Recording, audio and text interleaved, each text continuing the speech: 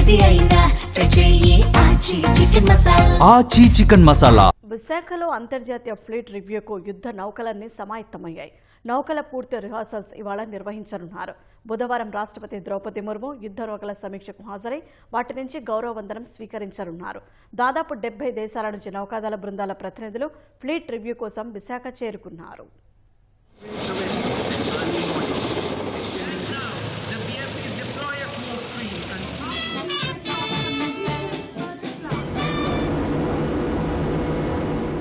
యుద్ధ నౌకల రాకతో విశాఖ సాగర తీరం సందడిగా మారింది. బుధవారం జరిగే ఇంటర్నేషనల్ ఫ్లీట్ రివ్యూలో బంగాళాఖాతంలో యుద్ధ నౌకల నుంచి రాష్ట్రపతి గౌరవ వందనం స్వీకరిస్తారు. 71 నౌకలు 6 వరుసలలో పరేడ్ నిర్వహించనున్నాయి.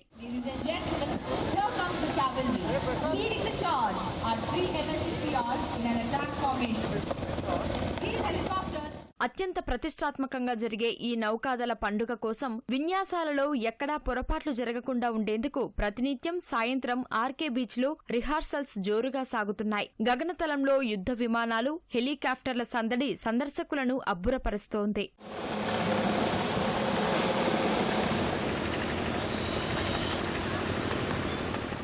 దేశానికి అత్యంత గర్వకారణమైన ఐఎన్ఎస్ విక్రాంత్ ఈ ఉత్సవంలో ప్రత్యేక ఆకర్షణగా నిలుస్తోంది. ఐఎన్ఎస్ విక్రాంత్తో పాటు 45 యుద్ధ నౌకలు ఫ్లీట్ రివ్యూ కోసం విశాఖ తీరానికి వచ్చాయి.